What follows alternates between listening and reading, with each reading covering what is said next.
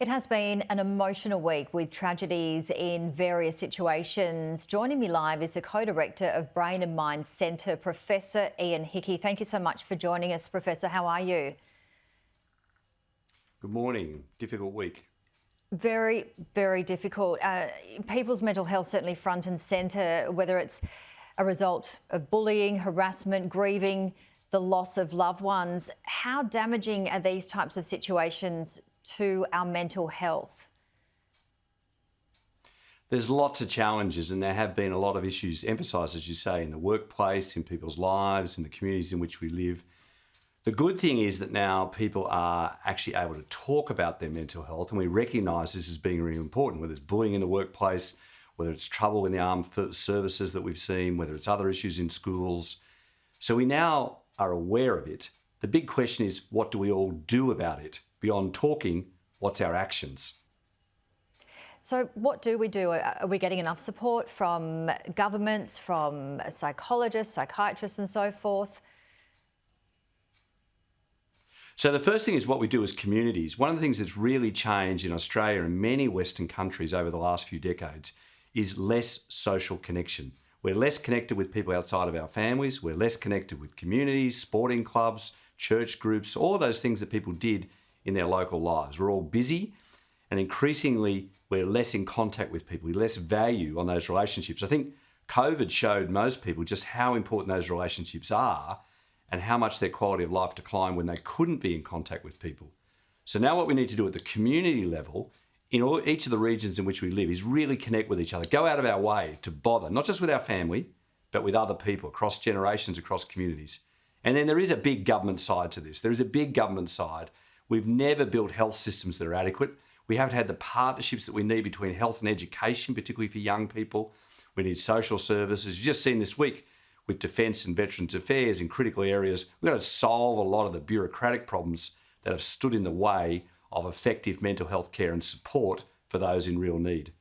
Because you talk about connection, and we hear it a lot, don't we, that we're so connected with technology and phones, we can text someone, but we're not really connecting, so to speak, are we? And, often people just don't have time to pick up the phone or go and meet that person for coffee, but we've all really got to be much more mindful, don't we, in terms of just, as you mentioned, making those connections. Yeah, so new technologies are great for sort of staying in contact, but it's the next step. It's actually going another step. It's the hug, it's the coffee, it's the spending time with people.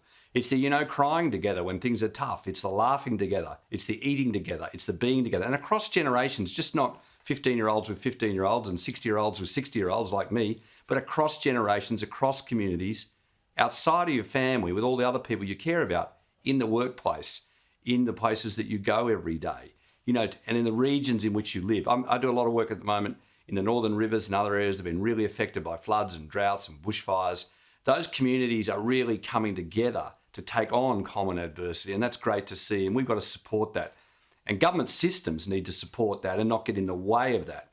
But for those who need help, we really have to have the mental health systems that we've never really had built and sustained. Part of that's actually making use of new technologies in rural and regional Australia to better connect people into services. So we've got to get over some 1950s ways of doing things, and just simply having clinics and having really complicated ways of getting care. When people need help, they need to get the right care the first time where they live.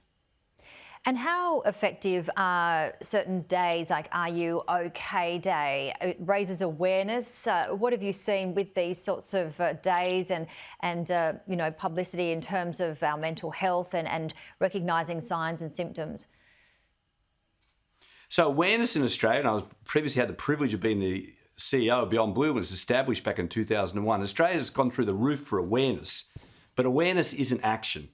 In fact, Are You OK is great. I prefer Are We OK? We all need to be asking about ourselves all the time and investing our time and energy and emotion in our communities, in our families, in our workplaces so that we're all OK. And when we face adversity, whether it's COVID and the disruptions, whether it's the floods, the bushfires, disruption to employment, many of the problems we now face, that we actually act together.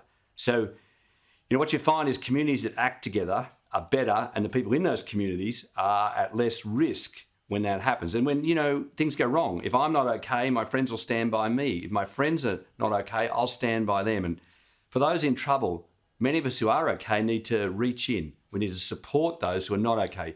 There's a lot of things that tell someone who's not okay, you should do something. You should go to a doctor. You should speak out. And I've seen this week, just again, men in trouble should speak out.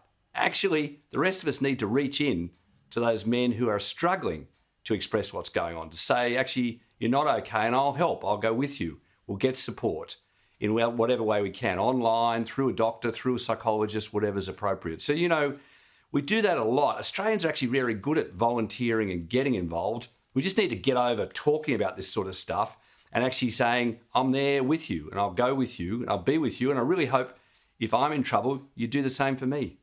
Absolutely. You said it so well. And, there are some people, though, aren't there, that perhaps you say, are you okay? And they're not, but they, for whatever reason, don't want to admit it, or they just, hide away. What would you suggest if you have a loved one that you see has changed, their personality for a little bit and you're sensing something's not right?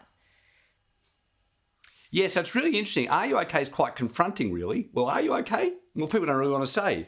When you say, actually, we know things are not okay, like we know you're not sleeping, we know you haven't been at work, we know you haven't been going out with us, let's actually get involved with each other. But also people sharing their own emotional experiences. See some great examples in Australia where Australians in very prominent positions, premiers like Jeff Gallop, leaders like Gary McDonald, sports people, actually get out and say, look, I've had trouble myself in my life and I got help and it worked. And I'm alive to tell you that story. People tell cancer recovery stories, they tell heart attack recovery stories, they tell COVID recovery stories. We need to tell mental health recovery stories. So actually, a lot of the times it's about sharing what's happened to yourself. I've been through tough times. I've had difficult periods in my life. It's not surprising that this might be a tough period for you, but we're going to get through it. And that's really important with young people, really important for men, really important for young people to know that this is common. And when people get help and they stick together, they recover and get back to leading very productive lives. And in your expert opinion, what would you say to people? Because we hear the words that, it's a good thing to ask for help. There's no shame in that. It's a smart thing to do. What would you say to people who are reluctant to go and get help? Look, being reluctant is entirely understandable. And I don't think we should be critical of people who are reluctant to get help. You can see the problem of revealing it and the concerns of what other people will think. I think that's why it's so important for others to say, look, we love and care and connect. We don't care. We actually don't care. It happens to me. It happens to you. It could happen to me tomorrow. We're all vulnerable in that kind of way. So actually, I think one of the issues is to say and facilitate the discussion, the reaching in, and that might be actually in words, but it might be physical. I mean, reaching in, hugging someone, saying it's okay, touching someone's arm, coming with you, going to be there with you. You see it in men's sporting teams when they score tries. We need to see it in men's sporting teams when they're in trouble to do the same stuff, to actually express it in ways that make sense. Men in men's sheds, veterans groups that get together. They're great because when they're together and they're doing something, then they talk. Then they express what's going on. But the solidarity of being together is often the precursor to the conversation and the action to get help. We really appreciate your time and expertise. Thank you so much for sharing your wisdom with us today, Co-Director of Brain and Mind Centre, Professor Ian Hickie. Take care. Thank you.